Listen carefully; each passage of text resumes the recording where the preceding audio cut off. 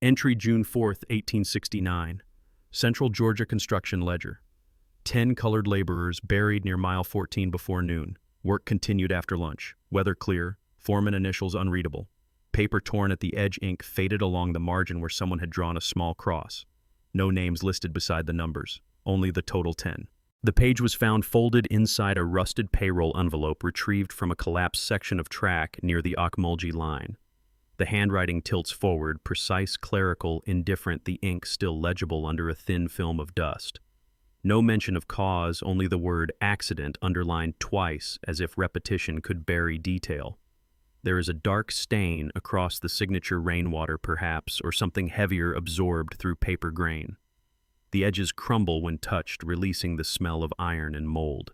Another document surfaces from a different box filed under correspondence. Summer, 1869. It is a letter addressed simply to Sister M, unsigned, sealed with cracked wax, the corner chewed by insects. The first line reads, "The ground they gave us to build on already had bones. The writer warns, they told us not to dig too deep, but we felt them through the shovels." The paper is thin, the writing pressed so hard the words show through the back. Every sentence trails downward like exhaustion made visible. The tone of that letter is neither complaint nor confession. It is factual, almost dutiful, the voice of someone recording what must not be spoken aloud. "I told the men not to look," the letter continues. "They said it was better to keep the line straight than to stop for the dead. There is no closing, no signature, only a final mark. 3 horizontal dashes like rails drawn in blunt graphite. Between them, a small smudge, a fingerprint blurred into the fiber of the page. From the same year, a report from the Bureau of Refugees, Freedmen, and Abandoned Lands. Filed June 9th, 1869, Atlanta office. Line item 27 worker known as Elijah H. missing since rail extension toward the Ocmulgee River. Reported last seen carrying survey stakes. No record of recovery." The document ends with the words, "Report terminated unverified." Beneath a smaller note in another hand reads, "Possible flight, possible fall, no follow-up ever filed." 38 years later, a Works Progress Administration field worker collecting ex-slave narratives in Macon records a statement by one Mrs. Clara Simmons, aged 89, formerly enslaved on a plantation adjoining that same stretch of track. Her testimony, typed unevenly on onion skin paper, trembles with age. "They built that road right over where the crying used to come from," she said. "Every time a train passed, it sounded like the moan of them buried folk. Folks still don't walk that hill at night." The line ends mid-space as if the typist stopped listening. The interviewer's notes show only a line of ellipses, 5 dots, followed by speaker, paused, lowered voice. Then one sentence. "It was the sound that made 'em keep moving." The fieldworker's own comment beneath reads, "Unclear reference to 1869 track. No additional questions. No closure." The carbon copy bears the faint impression of those words like an echo pressed into another century. The archives at the Georgia Historical Commission list no confirmed burial ground along the section between mile markers 13 and 15. Yet a field sketch from 1870 depicts 10 small mounds near a bend in the rail, each marked by a vertical line labeled graves. No official acknowledgement followed. The drawing remains unsigned, filed under miscellaneous. A faint coffee ring darkens its corner as if someone once used it as a coaster during inventory. The names of the workers remain unknown. Rail records from Reconstruction often substituted numbers for men, hand 1 hand, 2 boy, 3, reducing bodies to entries. On several payroll pages, the ink bleeds where wages should be written. Elsewhere, initials appear under smudged fingerprints, as though someone tried to sign, stopped halfway, and pressed too hard. The ghosts of those marks outlast the ink itself. Later oral accounts gathered by traveling ministers and teachers in the 1880s describe strange vibrations beneath the track at night. Mules refused to cross the bridge until led by torchlight. Travelers spoke of knocking from the rails when trains passed 3 beats, then silence. No record of investigation survives.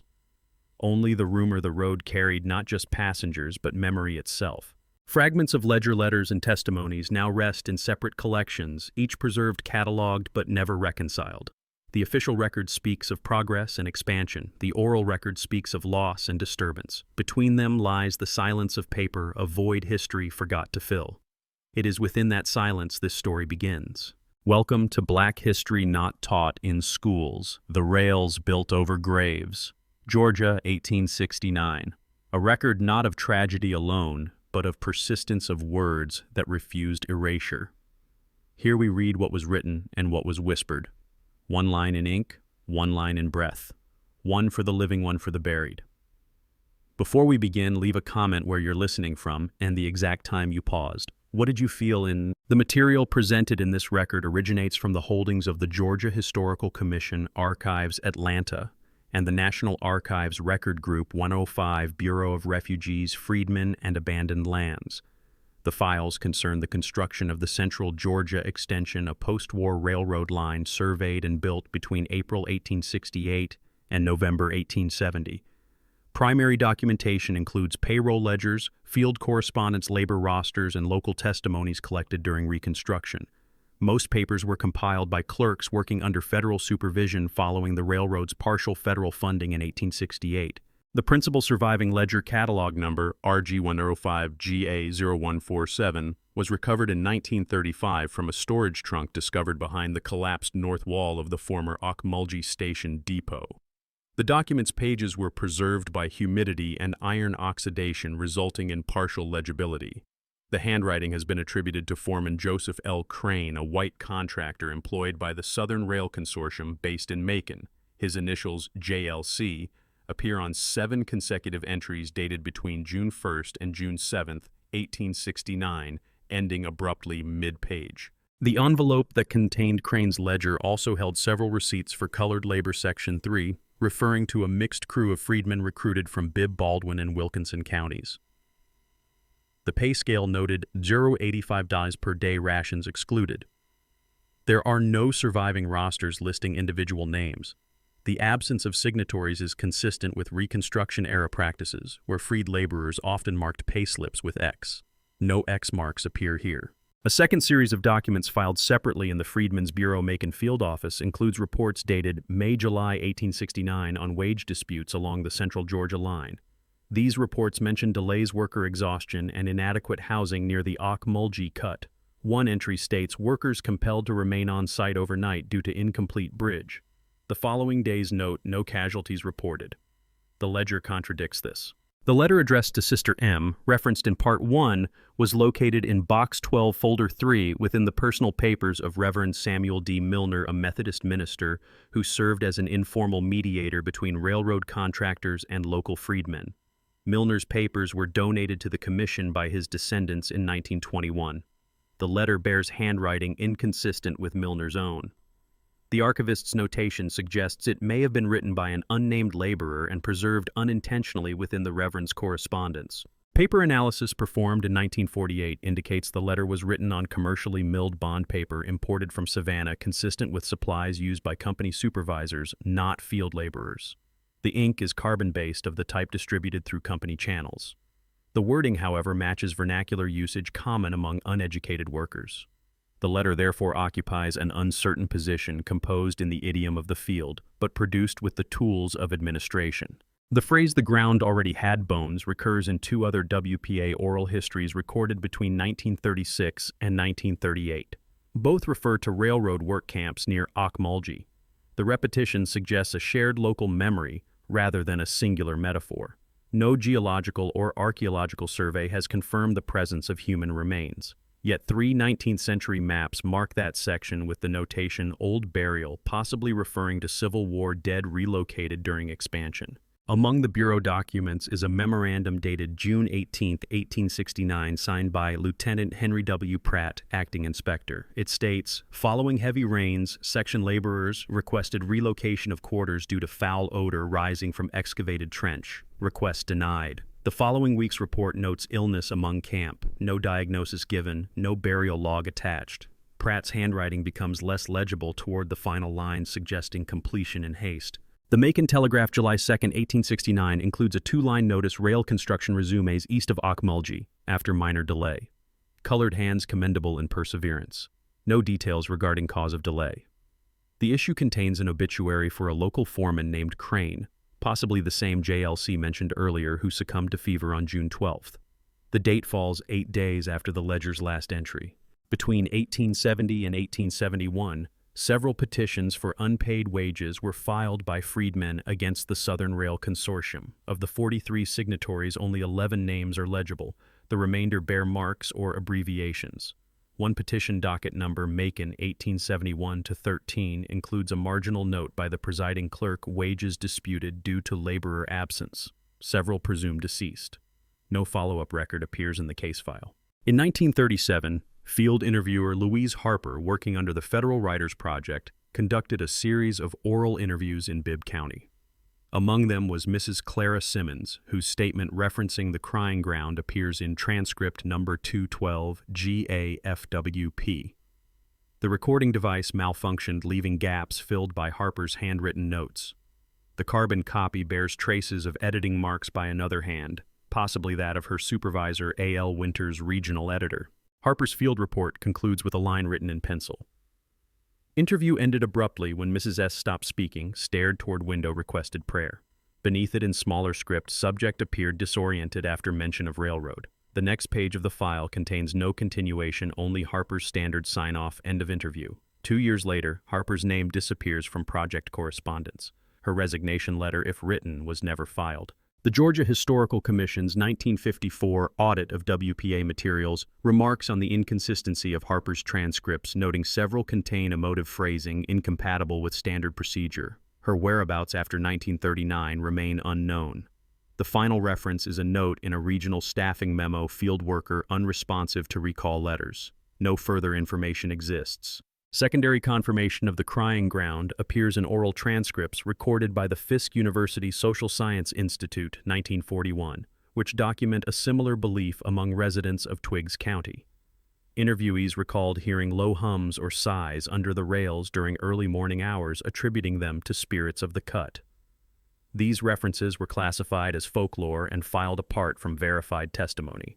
An 1870 survey map labeled Bridge Span No. 4 shows a small triangular clearing marked temporary camp. Adjacent notation reads, well water unsafe, odor noted. Soil records in the Georgia Department of Transportation archives confirm limestone deposits mixed with decomposed organic matter, cause unspecified. No further geological analysis was performed before the bridge's reconstruction in 1912. One marginal annotation in the 1869 ledger reads, rails secured over soft earth, possible sink. The handwriting does not match Crane's. Subsequent entries omit the site entirely, resuming at mile 15. The Bureau's district inspector for that section, Lieutenant Pratt, was reassigned to Alabama in late 1869. His replacement, Captain Nathaniel Ford, filed no supplementary inspection. The ledger ends without summary. The absence of death certificates for laborers on this project is consistent with Reconstruction labor conditions, where freedmen employed by private rail contracts often fell outside both state and federal record keeping. The Freedmen's Bureau routinely noted such losses under the phrase unaccounted. This classification appears in 16 Georgia district reports between 1867 and 1871. The Ocmulgee Project is listed among them. In 1892, a letter from a retired engineer, Thomas Reed, addressed to the Macon Daily News, mentions rumors of men buried under the rails dismissed by the company as superstition. Reed's tone is sardonic, closing with, "Yet when the morning freight crosses that curve, every man in the cab still listens for the hollow sound." The editor annotated Old Man's Fancy before publication. The letter was never printed.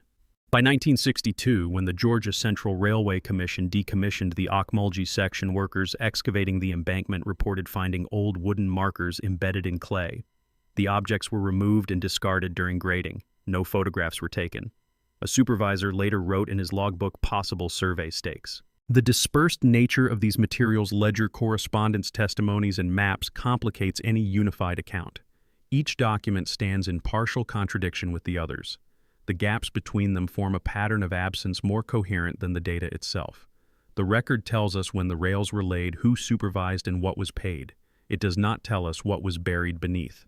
Today, the collective file is cited as the Ocmulgee Labor Documentation Series 1868 to 1871, preserved across 3 institutions: the National Archives, Washington, D.C., the Georgia Historical Commission, Atlanta, and the Digital Freedmen's Bureau Project, Howard University. Scholars classify the materials under Reconstruction, Labor History, subcategory Post-War Infrastructure. No formal archaeological survey has been authorized. What remains is a convergence of administrative record and inherited voice. The former speaks in ledger lines, numbers, and initials. The latter survives in recollection, a statement about sound, about crying, about rails that moan. Between them lies a narrow corridor of truth, documented but unresolved. The field worker who recorded that testimony vanished 2 years later on the same road. Freedmen's Bureau file, Macon District, May 22, 1869. 6 freed laborers reported unpaid wages for 2 months of work on the Ocmulgee extension. Their names appear phonetically: Eli, Moses, Randall, Pete, Henry, and Sam. The inspector wrote, Foreman J.L. Crane promises payment after bridge completion. The file closes with case pending. 2 of the 6 men later appear in the 1870 mortality schedule, listed without occupation or cause of death. An old hymn recorded in 1938 recalls the same stretch of ground. The collector labeled it Field Chant, Origin Unknown. The singers, all elderly, refused to repeat it twice. One verse reads, Laud, they hammer till the sun bleed red, rail hum low where the workman dead. The interviewer noted that after the first refrain, everyone fell silent until the machine stopped turning. The Macon Weekly Telegraph, June 12, 1869, reports heavy rains delay progress east of Ocmulgee. 2 laborers swept away. Work resumed following morning. No names appear, no burial listed. The Bureau follow-up records only equipment loss. On the next page, a requisition for 5 new shovels and 2 lanterns appears, as if replacing the men themselves. One WPA informant, Henry Tolliver, recalled that after the rain, the dirt whispered. He said, We felt the ground answer the hammer. On the cylinder, recording his voice cracks the sound of breath turning to static. The transcript reads, Wind interference. Later notes show that day's weather was calm. The interference may not have been wind. Court docket 301, Bibb County, 1869. The charge reads, Removal of rations without permission. Defendant colored male unnamed. Sentence labor extended 1 month. The final line, written in pale ink, says, Only disappeared before judgment. Below it, the clerk scribbled, Missing tools 2. The document was folded twice, perhaps to hide the blank where his name should have been. A folktale gathered in 1904 by teacher Emma Raines mentions a man who took back his own bacon and vanished near the storehouse. People said his footprints turned to ash. Children were warned not to take from the railway yard or ash walker come lookin'. Raines annotated common superstition among families of former rail hands. Letter from Lieutenant H.W. Pratt, August 1869. Reports of improper burial along Section 3. Contractor denies. Site visit postponed due to heat. A small cross is drawn beside the margin, the ink lighter than the text. The remaining half of the page is torn away. The last complete word is unblessed. There is no second page. 60 years later, a woman interviewed by field worker Louise Harper described hills that breathe.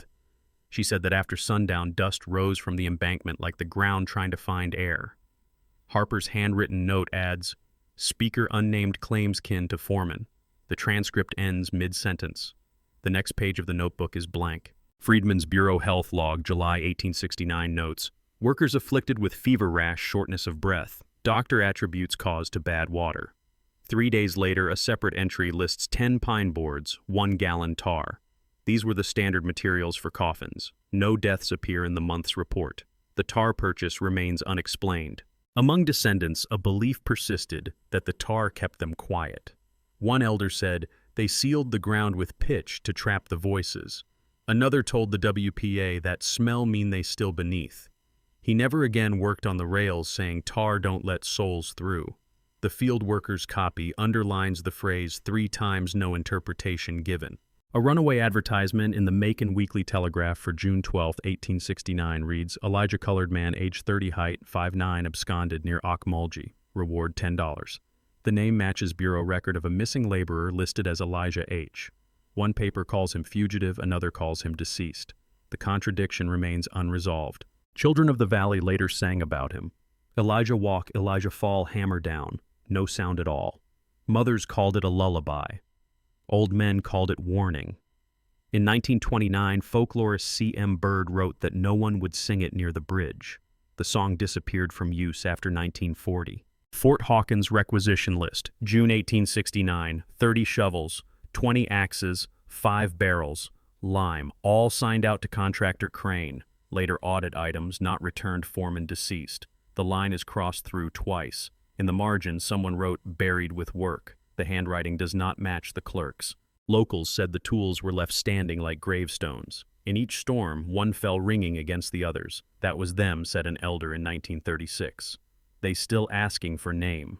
Harper recorded laughter after this quote, unsure if it was fear or disbelief. The laughter is faint, hollow, mechanical. Bureau record, August 2, 1869, Freedman Randall Green requested wages owed for his deceased brother. The clerk wrote, proof of death required. No proof followed. The next page lists the inspector's reassignment. Case closed without resolution. The file's margin bears an oily thumbprint. A church song collected in 1911 from the same region repeats the line, "Name ain't on paper. Law'd write it in the dust." The refrain was said for the missing, the ones who left no marker. No sheet music exists. The words survive only as fragments scrawled in a ledger's back leaf. Headquarters Memo, Washington, D.C., September 1, 1869. Records from Macon District incomplete. Recommend closure. Budget summary shows replacement crew required. No reason. No deaths acknowledged. Under the last line, someone penciled progress satisfactory. The Bureau never reopened the file. A widow interviewed in 1940 recalled her husband's last week. He said the ground breathed under him. She described his hands black with clay, his breath shallow, his sleep restless. He died with dirt under his nails, she said, but no grave carried his name. The transcript ends there. Army Medical Register, 1870. Fevers among colored laborers. Cause effluvia. Surgeon Gilman underlined odor unusual. Another hand added below decomposition. No further data. The case summary left blank. The page smells faintly of mildew and tar. Old residents near the Ocmulgee warned travelers not to breathe near the bridge. Air under that timber ain't right, they said. It remember who gone. The saying persisted until the bridge burned in 1912. When the new steel rails were laid, workers reported the ground soft as if still unsettled. Between the written and the remembered, one voice counts wages while the other counts names. The Bureau's ink dried into order. The people's breath carried memory. The file ends with the word verified. The valley ends with a whisper. Both remain still, answering each other through the hum of iron. Freedman's Bureau Memorandum, August 14, 1869. Inspection of Section 3 completed. No evidence of misconduct. No survivors were found following reported accident near Ocmulgee Bridge. Beneath this typed line, a pencil note reads, "Contradicted by locals, sounds heard after midnight." The next page is missing. A torn corner carries one word, returned. A former laborer interviewed in 1938 told fieldworker Harper. The drums still answered that night. He claimed the men built their own warning rhythm, striking rails to call each other home. When the collapse came, he said the sound didn't stop. It kept rolling like somebody still working underground. Harper wrote only unconfirmed, subject trembling. The Macon Telegraph, August 15, 1869, prints a small headline, "Fatal Mishap at River Crossing." The article reports no fatalities confirmed. The following column, printed days later, quotes a foreman insisting the line runs clear.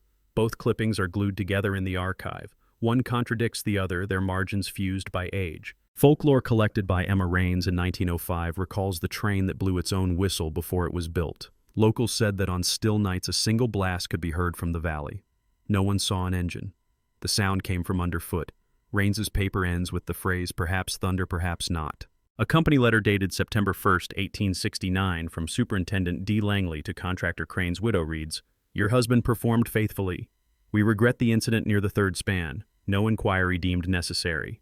Attached a receipt for replacement timbers. At the bottom, faint ink labor accounted for. The word accounted is underlined twice. One oral testimony from the 1930s insists the opposite. "They never counted 'em all," said an old man name withheld. "They just kept laying track over track till the ground stopped moving." When asked to explain, he looked away and said, "Count the ties. You'll see who's missing." The tape ends with static. A Bureau Medical Report, September 1869. One case of sunstroke, Macon District. The next line crossed through. A later note in different ink, possible fatalities not recorded due to incomplete rosters. The index jumps from page 47 to 50. Pages 48 and 49 were cut out cleanly with a knife. A spiritual recorded in Twiggs County in 1937 opens with the phrase, "2 pages gone, 2 men, 2." The singer refused to say who taught it. The rhythm matches the sound of hammering metal. In her notebook, Harper wrote, "Not a song, a message." She underlined the word message twice. Military supply returned Fort Hawkins Depot, October 1869. Provisions delivered to Section 3 crew, 20 hands present. The following month's return lists 12. No casualties reported. The handwriting is identical. The audit simply adds contract complete. An elder from that same valley told the WPA, they said 12 still swinging the hammers long after payday. He claimed that during floods, iron sounds came from beneath the mud. That's them keeping time, he said. When asked if he believed it, he replied, "Don't matter, the earth do." A fragment of correspondence unsigned, discovered in the 1930s inside a ledger sleeve. Ground too soft, bridge may shift, no one to dig deeper. The rest of the page blackened by mold. On the back, written in faded graphite, "Don't open again." The archivist's note, possible marginal annotation by clerk. Oral record from 1910 recalls a rumor that the men told not to open ground again. A descendant said his grandfather carried a small wooden cross every time he passed the site. He didn't pray, the man said. He just counted to 10, same as the number gone. The transcript stops mid-line. Railway audit, 1870 marked confidential reports of unusual resonance near bridge area unfounded. Sound likely mechanical. 3 words added later in smaller handwriting, no trains passing. The marginal initials unreadable. Beneath the entry, an ink stain shaped like a circle as if pressed by a bottle. A local story tells of a hollow under the line where no echo dies. Children dared each other to shout into it. One boy claimed his own name came back spoken by another voice. The school teacher who recorded this refused to include it in her report, calling it anxiety among the colored. Her supervisor reinstated it in pencil years later. A bureau summary, 1871, begins with the line, "Incidents resolved, site cleared." The next line ends abruptly after memoranda forwarded.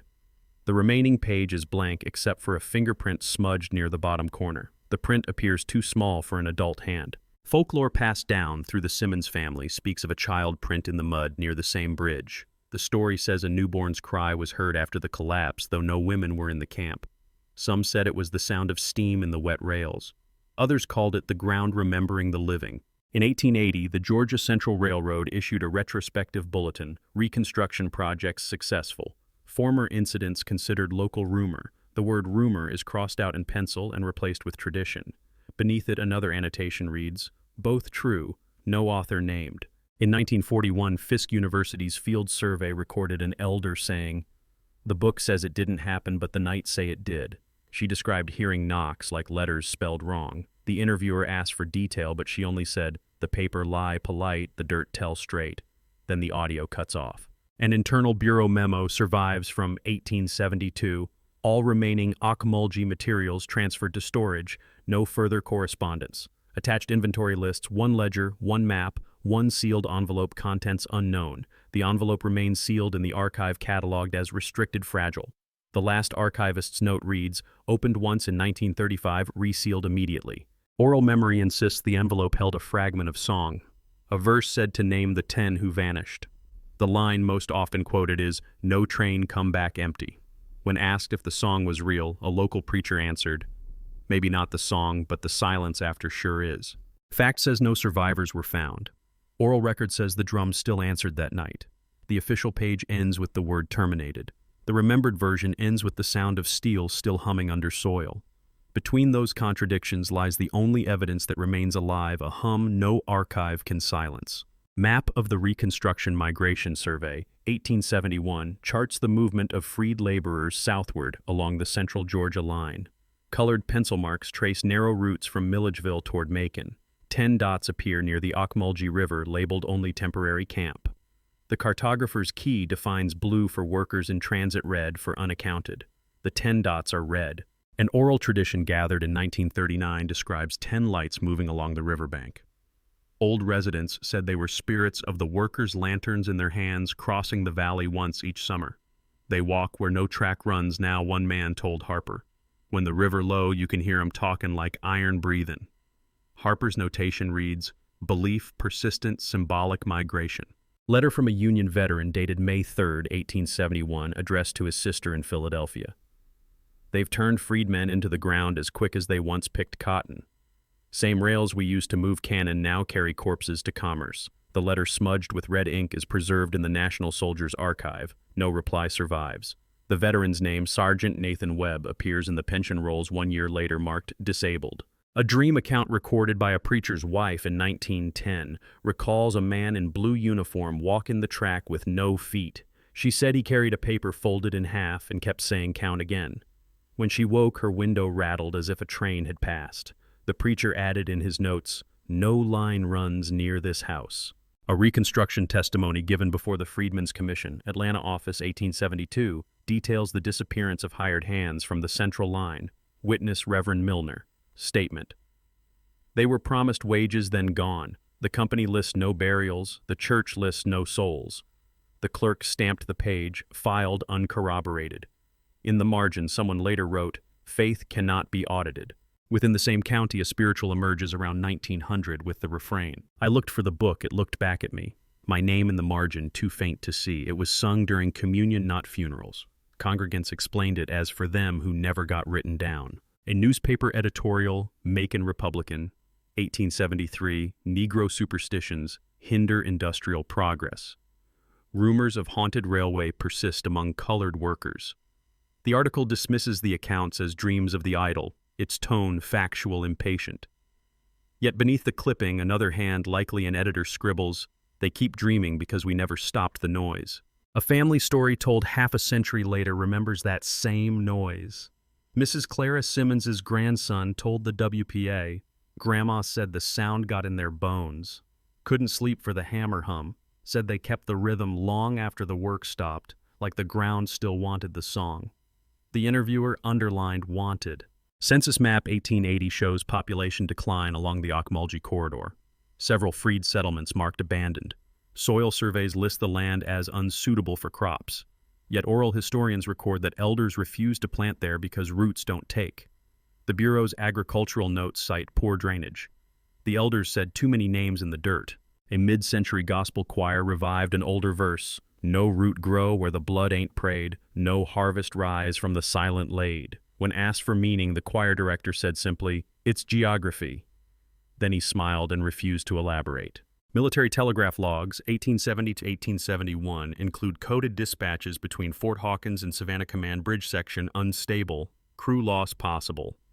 Next line scratched out, replaced with resolved. The log's right margin bears a faint note in another hand. They said it sang before it fell. This note is unsigned, not initialed.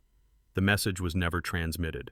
The oral parallel appears in a field report from 1937 where an old man stated, "When metal sing the Lord near." Asked what that meant, he said, "Means somebody remembering too hard." Harper asked if he believed it. He replied, "Belief don't matter. The sound do." A court deposition. Macon County, 1874 records testimony from a freedwoman named Sarah Green. "My husband Randall not seen since he went to lay track." The judge interrupts, "You mean he absconded?" Her answer, "He went down." The transcript notes, "Witness points toward floor." The clerk added a question mark in the margin. A folktale from the same family describes a dream where Randall returns once a year with dust on his shoes and moonlight in his mouth. In the dream, he never speaks. He only hums a work song no one can finish. The story ends with the line, "When he stop, hummin' morning come." An engineer's report, Georgia Central Railway, 1876, iron bridge repaired after minor shift in foundation. No unusual sound detected. The report is calm procedural. On the reverse side, a different hand has written vertically, but the echo remains. The handwriting has not been identified. Among local congregations, an annual night vigil called the Watch Under the Rails survived until 1920. Participants gathered in silence by the embankment holding lamps. The ceremony included no sermon, only quiet. When asked its purpose, one elder said, "To let them rest and let us remember." A Union newspaper in 1877. The Christian Recorder prints a short note. Freedmen in Georgia continue spiritual gatherings near former rail sites, asserting that souls travel on sound. The writer calls it a strange theology of vibration. He meant ridicule, but his phrasing matches words found later in black spirituals. The rail hums low, but the Lord rides high. In oral history collected 60 years later, a minister repeated that same line as doctrine. The Lord rides on sound, not sight. He explained that the earth beneath the rails carries prayer better than wind. Asked where he learned it, he said, "From a song that wasn't meant to last." A telegraph operator's notebook, 1878, lists intermittent static on the Ocmulgee line transmission interference pattern rhythmic, not mechanical. The operator later crossed out rhythmic and replaced it with continuous. No follow-up filed. Scholars suggest electrical fault. Locals believed the line still carried what the men started. In 1935, a folklorist recorded an elder striking two metal rods to recreate the hum of the buried. The recording ends with silence lasting 11 seconds. The transcriber wrote, "He did not stop. The sound simply ceased." An 1879 Reconstruction census form includes a column labeled Condition of Dwelling. For 12 entries near the Ocmulgee, the clerk wrote, "Earth subsiding residents relocated." Beneath the table, faint script reads, "Old campground. It is the only surviving notation linking habitation to the railway site." Dream records from WPA interviews describe houses sinking slow like tired knees. In one dream, the sleepers heard footsteps upstairs, though the house had no floor. Asked how long the dream persisted, the woman replied, "All my life." A Freedmen's Aid Association letter. Savannah office, 1881 request, investigation into rumors of haunted rail section interfering with recruitment. The request denied. Attached is a memo, matters of superstition best addressed by clergy. No evidence, clergy responded. A traveling preacher's notebook from 1885 includes the sermon heading Bones Beneath the Path. Beneath it, 4 words: preach softly, they listening. No location specified, only the initial G. The notebook was found in a second-hand store in 1930. The final entry of the Ocmulgee construction ledger dated June 7, 1869, ends mid-sentence. Work continued afternoon. Weather clear. River noise excessive. Beneath that line, faint graphite scratches a single word. Still. The ink fades to nothing. The next page is blank except for a thumbprint. Paper fibers pressed deep as if someone held it too long before closing the book. A WPA transcript from 1937 carries Mrs. Clara Simmons' voice one last time. The page is brittle corners torn. Her last recorded words are half-whisper, "Ain't no train in that sound child. It's the ground callin'." The interviewer marked subject silent after statement. The rest of the real record's room tone 42 seconds of air. The Bureau's inspection summary, compiled months later, reads, "No anomalies detected near the bridge site." At the bottom, one clerk added unverified noises reported at night. The supervisor struck through the note. Only the tail of the S remains curling like a question. The report ends there. Folklore says that when the first train crossed the completed span, its wheels slipped once, then steadied. Those watching claimed to hear drums rolling beneath the wood. Not war drums, but work rhythm, the same beat that built the line. The engineer wrote later in his diary, "I could not tell if it was thunder or memory. The diary is now missing." An 1872 letter from Reverend Milner to the Georgia Commission reads, "The site is consecrated by labor, and labor is not easily dismissed." In the same envelope, a folded scrap of sermon notes. "Do not mistake stillness for peace." Ink smudged, likely from rain. The paper smells faintly of smoke even after a century. In 1939, Harper's supervisor compiled a summary of her field work. One entry notes, "Subject exhibits repetitive motif, hum, hum, hum." Harper never transcribed the hum itself, only drew 3 lines across the page like rails. The margin bears her final annotation. They kept working after sound stopped. Her handwriting wavers, as if written in motion. The rail bridge photograph 1911 taken before its destruction shows no visible grave mounds, no markers. Yet a soft distortion appears beneath the trestle, a blur of lighter soil, the shape irregular, 10 shadows aligned in curve. Photographic experts call it lens fault. Locals call it proof. The negative is cracked through the center. A dream report recorded by a Macon reverend in 1920 repeats an image, a river flowing backward under iron. In the dream, the preacher walks the track and sees hands rising from gravel palms open. Each palm carries a nail shining but unused. He wakes to church bells echoing from across town, though no bell was scheduled to ring. Freedmen's Bureau Memorandum of Closure, 1872, contains a final line, "Files to be sealed. Incident regarded as resolved." The clerk underlined "resolved" twice. Below it, a faint addition in pencil, "If so, why the noise?" The pencil pressure cuts through the paper, leaving ghost text on the page beneath. An elder interviewed by Fisk University in 1941 said, "That bridge carry more than trains." When asked what she meant, she closed her eyes and said, "Every time the iron hums, somebody get remembered." The recording ends mid-breath. The transcript continues. Interviewer notes subject's pulse visible at throat. Session discontinued. A letter from a railroad engineer to his wife dated 1883 reads, "When I ride that section, I hear a drum under the wheels. It follows the cadence of men, not machines." He closes with, "I have not spoken of this at work." His widow donated the letter to the Georgia Historical Commission in 1909. The envelope bears faint red dust. A spiritual recorded in 1938 hums the refrain, "Lay down the hammer, child, the sound's still swingin'." No other verses survive. The field worker wrote, "Singer refused to name who taught it, said she heard it in her sleep." The wax cylinder ends with a low crackle like distant thunder over iron. In a 1910 church log from Macon, a minister describes a night service interrupted by an unexplained tremor of floorboards. He notes congregation ceased singing as sound grew beneath us, a slow beat, even heavy. He concludes, "We waited. It passed." The word "passed" underlined 3 times, then crossed out. A local newspaper, Macon Weekly Review, July 1902. Rumor persists that trains near Ocmulgee cross uneven ground vibrations felt long after passage. The journalist suggests unstable clay. The editor adds, "Perhaps guilt has its own resonance." It is the final mention of the site before the wooden bridge burned 10 years later. In oral tradition, that fire is told differently. A woman said the bridge burned itself from the inside out.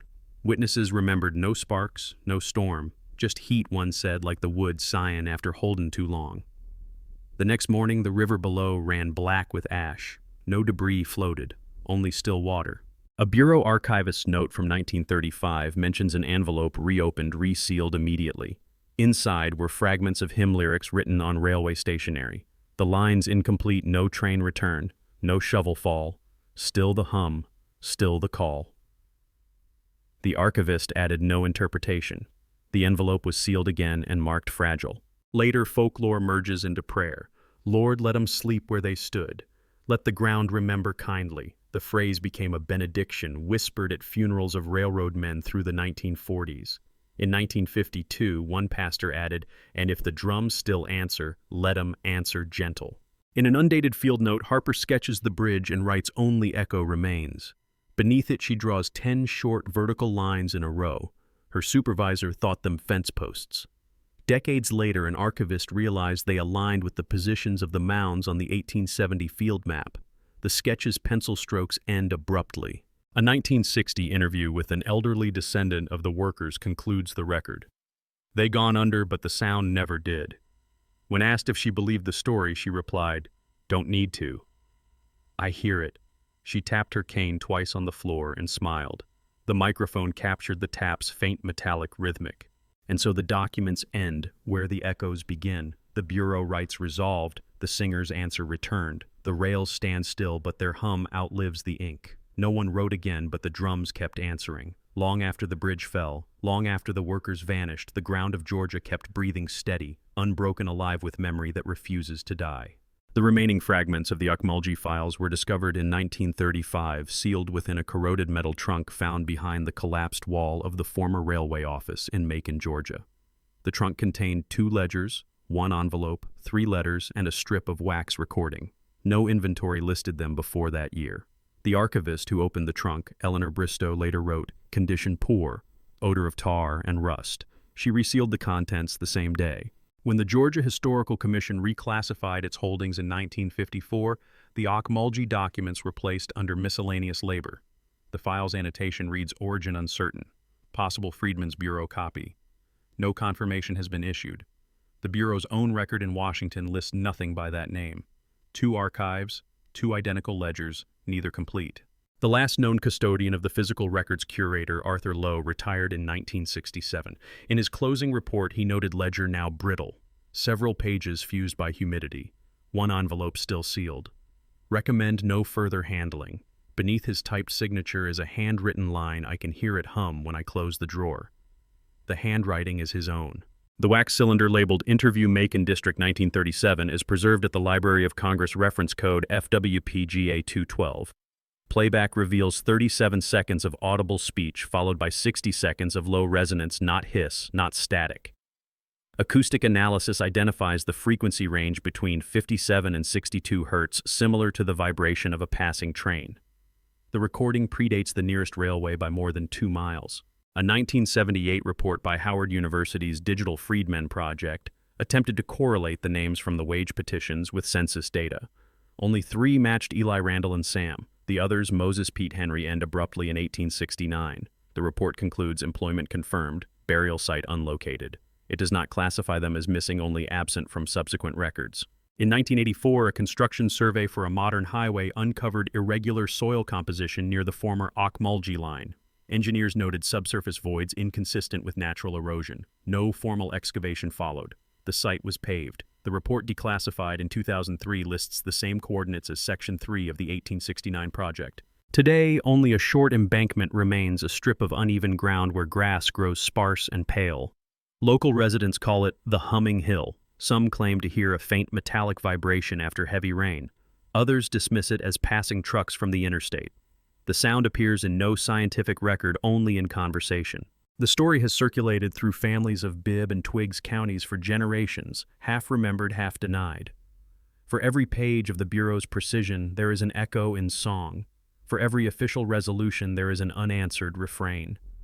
When historians speak of the reconstruction, they count bridges built and miles of track completed. They do not count the names the ground remembers. Archivists disagree about authorship. Linguists note the anonymous letter's mix of clerical and vernacular language, the hand of the overseer and the voice of the laborer sharing one sheet. Some argue it was dictated by a worker. Others say written by the foreman in apology. The ink cannot decide. The handwriting cannot confess. The letter remains what it always was, evidence of someone who knew but could not say. The sealed envelope still exists in the Georgia Historical Commission vault, cataloged as Item 29F, restricted fragile. It has not been opened since 1935. No one knows what is inside a hymn, a confession, a receipt. The staff who maintain it have heard the rumor that opening it might silence the hum. The Commission's policy is clear. No handling without justification. None has been made. Researchers who study the site refer to it as a convergence of absence. The absence of proof. The absence of sound when all machinery is still. The absence of names when labor was listed by number. Yet within those absences lies what cannot be archived, breath-rhythm testimony without author. The documents measure progress. The echoes measure memory. Each corrects the other. In recent years, geographers have mapped spectral data along the Ocmulgee corridor. The recordings pick up persistent low frequencies between 60 and 64 Hz, an infrasound pattern too regular to be wind. The technicians report it peaks every June, the same month the original ledger noted excessive river noise. They offer no explanation. The river flows quiet, but the ground hums. When the audio is filtered, the rhythm divides evenly. Hammer strike, pause, as if men are still working somewhere beneath. The pattern repeats 10 times, then fades. Listeners describe it as unsettling yet familiar, like a song once heard in a dream. The report ends, origin unknown, possibly geological. The analyst's final remark typed in smaller font, possibly not. The historian Dr. Mavis Long summarized it this way: official records preserve the living's view of the dead. Folklore preserves the dead's view of the living. Between them stands the historian deaf to both. She wrote those words in 1999 for a symposium on Reconstruction labor. The paper was never published. Her copy ends mid-sentence. Maybe the silence is the point. At the site today, there is no signpost, no marker, no archive guide. The ground is flat except for a shallow impression running parallel to the river. In summer heat, it vibrates faintly underfoot. Local children throw stones to hear the echo. The sound travels farther than it should. They laugh, unaware that they are repeating the rhythm. In the archives, dust gathers between the closed pages of the ledger. The ink no longer smells of iron, but when light hits the surface, faint graphite marks gleam 3 parallel lines, the last trace of handwriting from 1869. They resemble rails or perhaps tally marks. Some archivists say it means completion, others say it means count again. The motif returns everywhere, in the rhythm of the train, in the tremor of soil, in the spacing of words, the drums of labor, the breath of river, the dream of return. Each echo is a translation, each silence a continuation. History ends on paper, memory begins in air. The two trade places until neither can tell which is the original sound. Official history says the rails were laid across the dead. Folklore says the dead laid themselves across the rails. Both are true and neither is whole. What remains is not the event, but the echo, a hum too low for record, too constant to fade. A historian's silence and a worker's rhythm now occupy the same space, answering each other across time. The field worker who recorded the last interview vanished 2 years later along that same road. Her absence is not listed as tragedy, only as assignment incomplete. Her papers end with one line handwritten, "They never stopped." That note, too, has no signature. The Bureau counted cases. The Earth kept counting men. So this is where the record stops, not with resolution but return. The ground continues to hum the air, to repeat the archive, to expand through forgetting.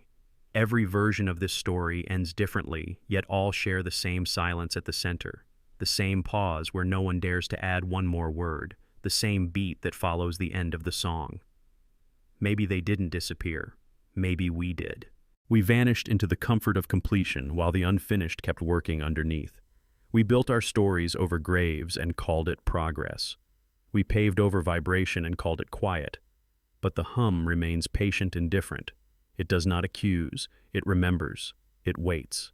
And if the rails still sing, it is not for the dead, it is for us to remind us that memory never ends where history stops. What we bury to forget keeps learning how to speak. The drums kept answering, the river kept breathing, the dream stayed awake. The silence once broken became the voice of the ground itself. Newspaper article, Augusta Herald, 1882. Bridge collapse myth persists among Negro workers. No substantiation found. Line stable. The tone dismissive, the content final. Yet penciled in the margin, no photograph ever taken. The archivist who preserved it added strange omission for so modern a structure. A child interviewed in 1942 told a WPA writer that her grandmother forbade her to draw bridges. Said bridges close the mouths of rivers, she explained. The child smiled while saying it, as if repeating a rule rather than a fear. Survey of Rural Cemeteries, Georgia Commission, 1901 lists several unmarked plots near the Ocmulgee embankment, possibly old worker burials. The remark carries no coordinates. Under remarks, ground disturbed by later construction. The page is thick with pencil smears as if rubbed by repeated hands. In oral memory, those spots are called the sleepers' fields. Families place white stones there each spring. The custom has no church sanction. Asked who started it, one elder said nobody started it. The stones just stay. Editorial Macon Ledger, 1910. The superstitious customs surrounding the Ocmulgee rails deserve study for their persistence. The piece treats folklore as pathology, yet in its final sentence the editor admits, "There is music still heard by night." The next issue never mentions it again. A mid-century field choir in Bibb County adapted that line into song. There is music still heard by night when no train passes still the light. The recording ends with wind across the microphone or breath. Georgia Transportation Report, 1912 documents the burning of the old wooden trestle and its replacement with steel. The engineer remarks site cleared of obstructions, ground unusually pliant. A week later, he adds foundation settled more than expected. The margin reads possible water pocket. Residents said the bridge fire was no accident. It needed to breathe, they claimed. For several nights afterward, blue smoke rose from the soil, though no embers remained. The ground exhaled, one witness said, like it remembered how. By 1939, the remaining records were dispersed among archives, churches, and private boxes. Scholars traced the ledgers, the maps, and the songs, trying to reconcile the ledger's columns with the valley's voice. One side spoke of wages and materials, the other of warning and return. When read together, both spoke the same sentence differently, the dead recorded in ink, the living recorded in echo. The Bureau's files end with the word resolved. The songs end with remember. Between them, fact and faith reflect like faces on opposite sides of glass. One, clear, one breathing. The document cannot see the singer, but the song knows the document. The rails remain humming, mirrored, unfinished.